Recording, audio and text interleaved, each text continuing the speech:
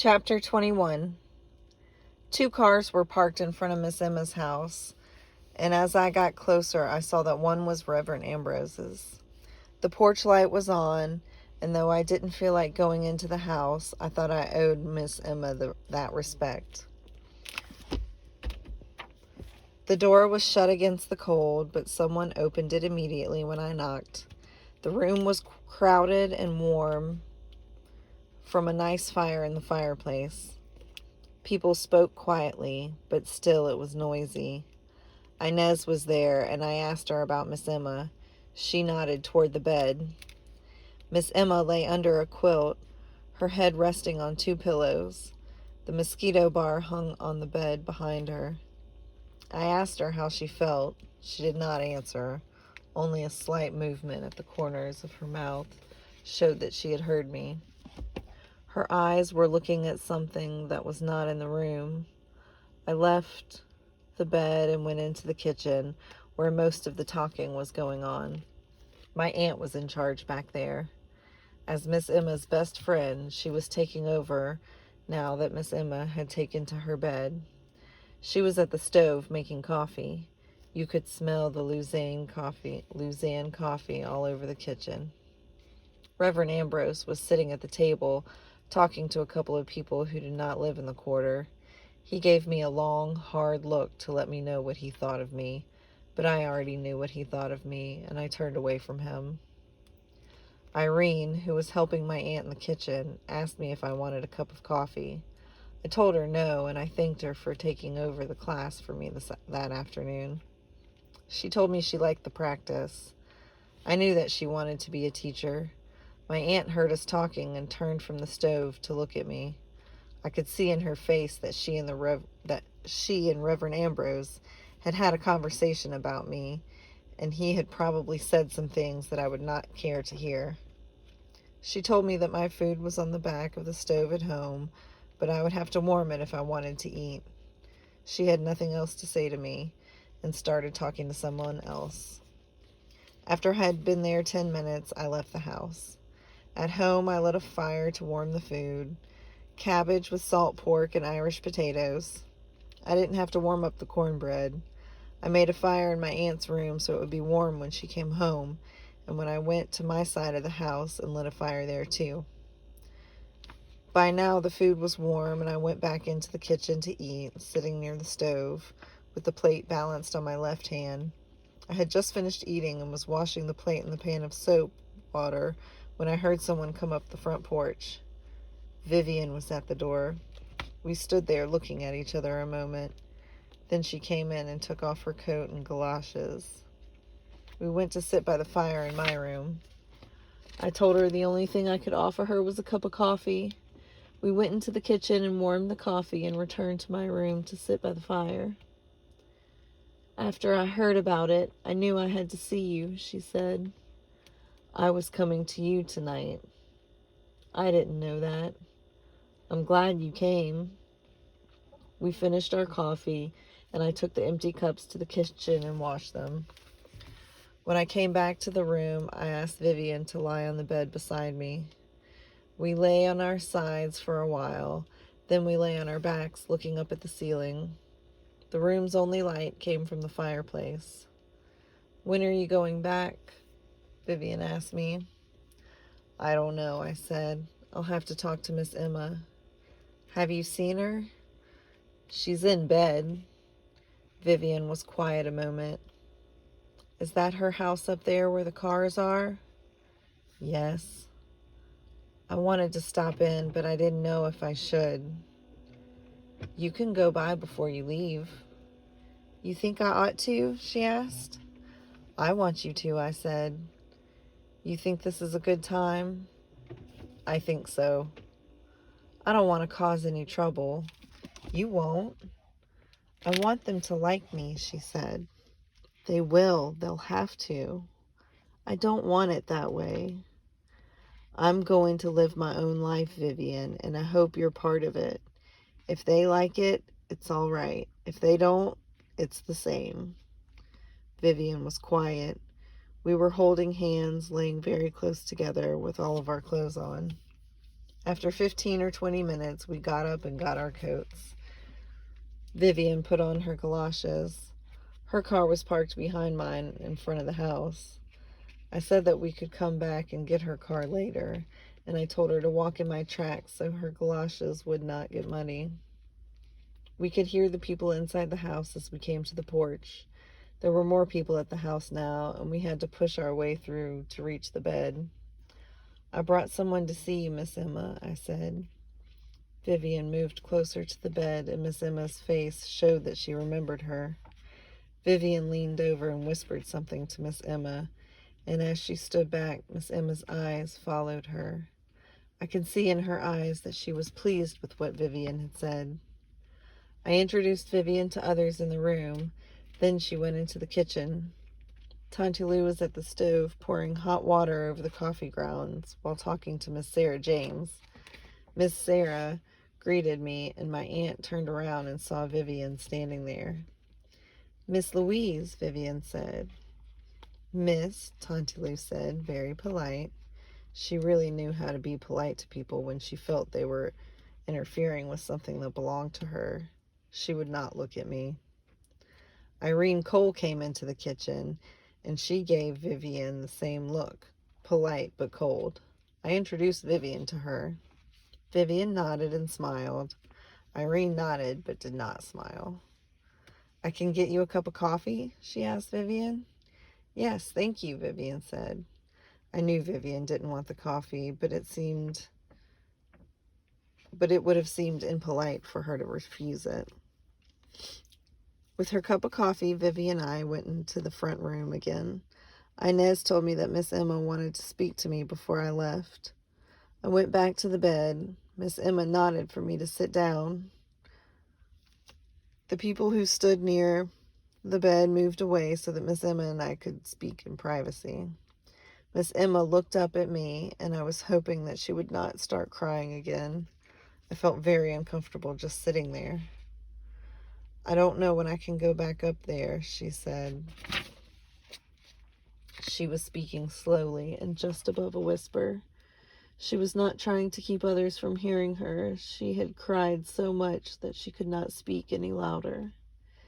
It's in your hands, she said. You and Reverend Mose. I just hope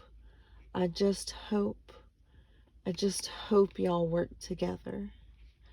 I looked away from her for a moment, but when I faced her again, I saw that those eyes had not changed.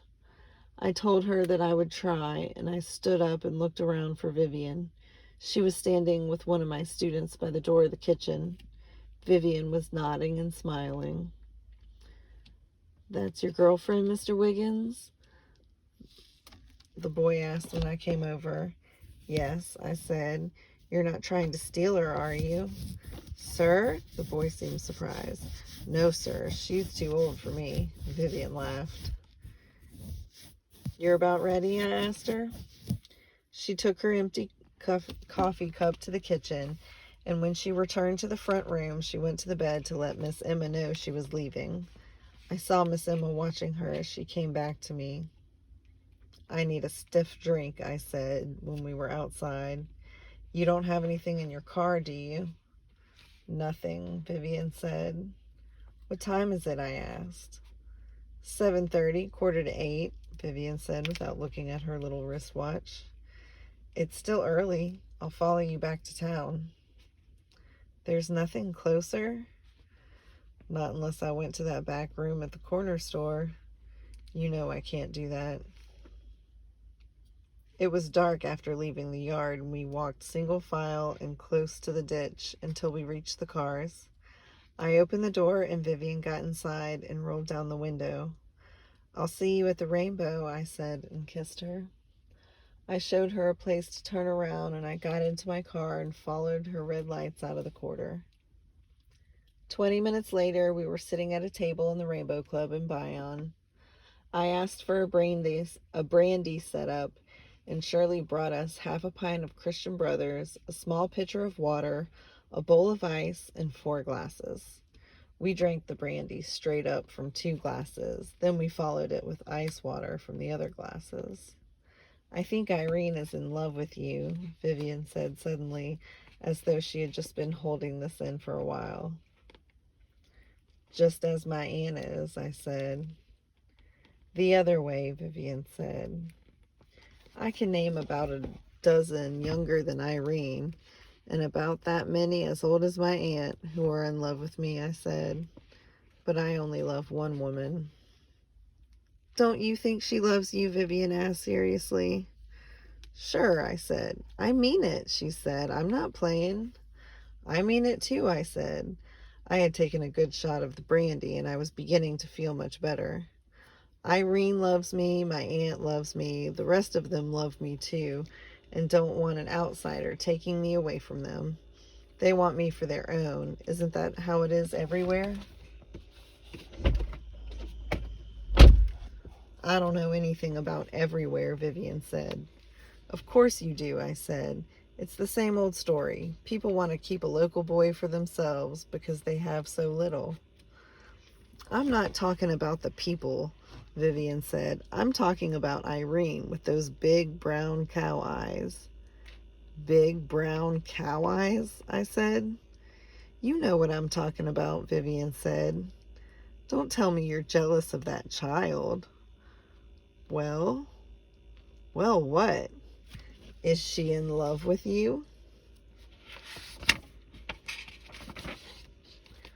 Well, I'll be damned, I said. I had taken another shot of the brandy. Well, you still don't understand, do you? I understand young gals very well, Vivian said. Do you? I understand young gals and old ladies too, I said. And by the way, what did you say to Miss Emma to make her look at you the way she did? I told her I was praying for both of them, Vivian said. That's the best thing you could have said. Get back to Irene, Vivian said. She's the one we're talking about. Irene and my aunt want from me what Miss Emma wants from Jefferson, I said. I don't know if Miss Emma ever had anybody in her past that she could be proud of. Possibly, maybe not. But she wants that now, and she wants it from him. Irene and my aunt want it from me.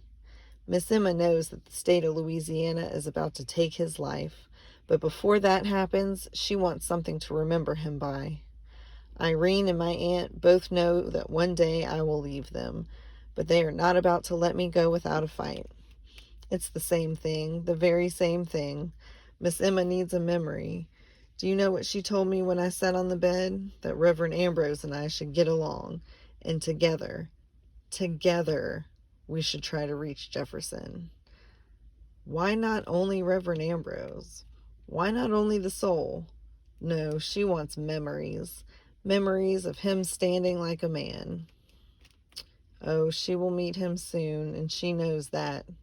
But she wants memories, if only for a day, an hour here on earth. Do you understand? No, Vivian said. She wasn't drinking anymore. Let me explain it to you. Let me see if I can explain it to you, I said. The brandy was really working well now. We black men have failed to protect our women since the time of slavery. We stay here in the South and are broken, or we run away and leave them alone and look after the children and themselves. So each time a male child is born, they hope he will be the one to change this vicious cycle, which he never does, because even though he wants to change it, and maybe even tries to change it, it is too heavy a burden because of all the others who have run away and left their burdens behind. So he too must run away if he is to hold on to his sanity and have a life of his own. I can see by your face you don't agree, so I'll try again. What she wants is for him, Jefferson, and me to change everything that has been going on for 300 years. She wants it to happen so in case she ever gets out of her bed again, she can go to that little church in the quarter and say proudly, "You see, I told you he was a man." And if she dies an hour after that, all right. But what she wants to hear first is that he did not crawl to that white man that he stood at the last moment and walked. Because if he does not, she knows that he will never get another chance to see a black man stand for her. And for my aunt and Irene, it is the same. Who else does my aunt have? She has never been married. She raised my mother because my mother's mother, who was her sister, gave my mother to her when she was only a baby to follow a man whom the South had run away.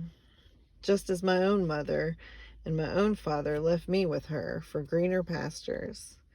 And for Irene and the others there in the quarter, it's the same. They look at their fathers, their grandfathers, their uncles, their brothers, all broken. They see me, and I, who grew up in the same plantation, can teach reading, writing, and arithmetic. I can give them something that neither a husband, a father, nor a grandfather ever did, so they want to hold on as long as they can, not realizing that their holding on will break me too.